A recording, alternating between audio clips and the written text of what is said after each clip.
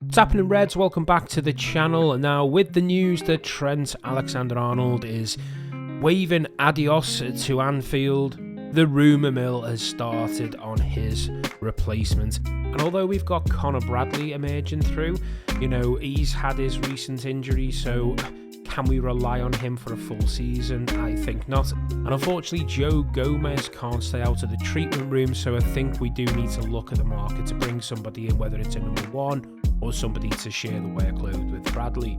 Anyway, I've put a list together of 5 right-backs to bolster Liverpool's squad for the next season, all who I think are attainable to some degree, but obviously the rankings do reflect my concerns on that. Anyway, if you do like today's video and you do want to see more content like this, don't forget to hit the like button for me, subscribe if you're new, and yeah, let's get into it.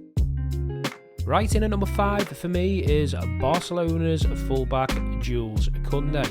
Now, yes, he's in at number 5, and that's for one reason, and that is because he's probably the least attainable out of the 5 I've got in this list. Don't get me wrong, it's not against the realms of possibility that Barcelona may sell him to fund something else, and I'd like to think that Liverpool would be at the front of that queue, especially obviously with Trent leaving. The experience that Jules Koundé would bring to a Liverpool team would be absolutely fantastic. It'd be a like for like in the sense of experience, and yeah, he could also play centre back. In fact, that's where he started for Sevilla. He started gradually moving to right back, and for Barcelona that's where he's played mostly. And at 26 years old, it does fit the Liverpool transfer policy. My only concern would be his wage demands, I suppose. His injury record is near perfect. He was never injured while he was at Sevilla, and then he's had a few Achilles and muscular problems at Barcelona, but only been keeping him out for a few weeks in the 3 years that he's been there. So, overall, injury record, age, experience, he would be an ideal fit, but pricing him away from Barcelona may be a tough ask.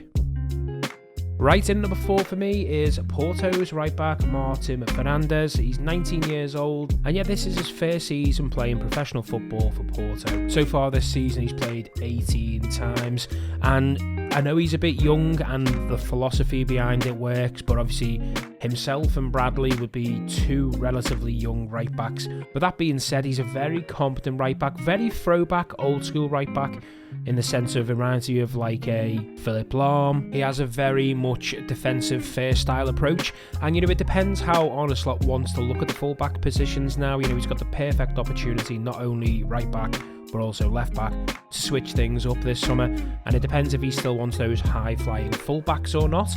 That this could be a potential, transfer for him. Now, as I say, my only concern is relatively young, inexperienced, but clearly there's a player in there. He looks beyond his years in the sense of his professionalism and his ability to pick out a pass, his decision making, things like that seem spot on. So if that's the approach he's going for, a young right back to play second fiddle as opposed to Bradley and alleviate some of the pressure of a full season, then Martin Fernandes might be the one. Now, number 3 on my list is Guevara Reed from Feyenoord.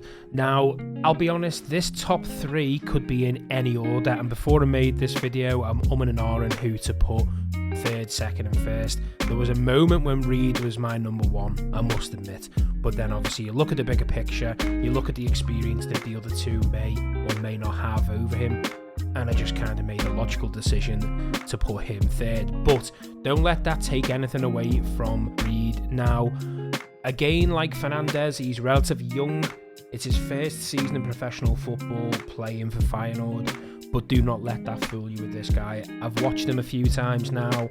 Dare I say, he actually reminds me of a young Trent Alexander-Arnold. I know, shock horror, I'm not trying to replace Trent with another Trent, but the way he moves the ball, the way he positions himself, everything about his game just screams Trent for me. And now if we're looking for a like for like, just to come in and kind of stick to the way Liverpool play without changing too much philosophy on our full-backs, job roles, this could be the perfect suit for us. It's similar to Bradley as well. Bradley's had to mould his game around the Liverpool ethos, and just everything about him, the way he manipulates the ball, his decision making in and around the box, the cutting back on, crosses, his actual range of passing is really impressive. And if I wanted to take a punt on just getting, I suppose, the next big wonder kid in that could potentially come in and be absolutely fantastic, this is the one for me. As I say, he's only third because of his age and experience, but, you know, he's young, his wage demands wouldn't be crazy, he's got no injury records whatsoever. He's obviously Dutch, you know, so work with Arne slot, you know, Van Dijk, Gravenberch, players like that. He'd definitely be interested in moving to Liverpool, I have no doubt about that. It's just if Liverpool can scope his ability and, you know, nurture that along the way.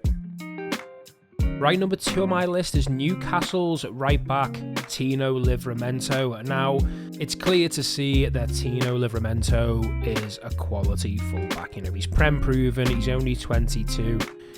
He's obviously very versatile in the fact that he can play right and left back, so this is another reason why Liverpool might see him as a perfect signing.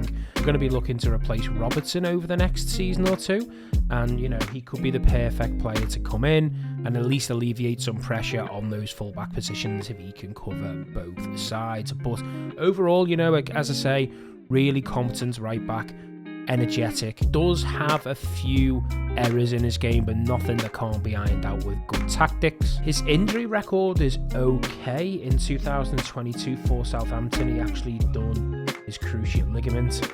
He was out for 43 games for Southampton, but after that, it's been quite a stellar injury record. He missed 1 game in his first season with Newcastle, and then has missed half a dozen games since. So there's nothing too much to worry about. The only concern is, could we get him? Yes, I do think we could get him. You know, Newcastle will be looking to offload a few players. Obviously, more importantly, Liverpool would want to sign Alexander Isak before him, but if we can't sign Isak, especially if Newcastle get Champions League football, they may look to offload players in other areas, and Livramento might be that perfect one to let go. And I think Liverpool could do a lot worse than bringing him in. As I say, Prem proven, young, wouldn't probably cost too much in the sense of a fee, maybe around 30 to 40 million, and I'm sure his wage demands wouldn't be too sky high. And I think, again, he'd be the perfect type of player to bring in and obviously share the workload with Bradley, share the workload with Robertson. I think overall it'd be the most astute out of the 5, but it's just if Liverpool see that as the perfect solution. And number 1 is Bayer Leverkusen's Dutch right back, Jeremy Frimpong. I know, shock horror, he's been linked with us all season, and in all fairness, it probably will be the one that Liverpool do get over the line, hence why he's my number 1. It just makes a lot of sense. Rumour is he'd cost around 40 million. He's Dutch, he'd have that connection with the manager, Van Dijk, Gravenberch. There's been a video of him going around talking in a Scouse accent to Gravenberch, so is that over the line? I think it likely is. But, you know, I do have a few concerns with Frimpong. Apparently his defensive capabilities aren't great, but then again, was Trent's, in all honesty, the way Liverpool play, the high line, the way we have our fullbacks pushed up, will his defensive responsibilities be as important as people may expect? Maybe not, but I just feel with his age, his experience, he's probably the most rounded of the 5 in the list. You know, 24 years old, he's got great experience winning, you know, a lot of trophies with Bayer Leverkusen. His injury record is impeccable. He had a few months out in 2022 with a ligament tear, but apart from that, it's near perfect. And as I say, just overall, it ticks a lot of boxes with his age, the fee, the wage demands, the connection with the team, his role in the team, his experience. He has a lot of ticks that the other players in the list don't. And, you know, he might not be everybody's cup of tea. People may analyse his performances and say, you know, he's not strong in this area, he's not strong in that area. But the thing is, if he comes to Liverpool, that's only going to improve his game. His time on the pitch, his age, that's only going to improve his game. And I also think for the fee, the age and that experience, and the fact that it'd be Conor Bradley that he'd share the workload with, I think it's a relatively low risk transfer that even if we got it wrong, I'm pretty sure he'd have plenty of suitors out there. But let's be optimistic. He's the perfect person to come in. He'd fit the Liverpool way of playing. He'd probably fit in seamlessly and obviously wouldn't take much better than him, which would be a massive plus. And yeah, that is why Jeremy Frimpong is my number 1. Anyway, if you did like today's video and you do like these style videos, let me know down in the comments down below. If you're still watching the video, it means you liked it. So hit the like button for me and subscribe. And yeah, until next time, Reds, take care.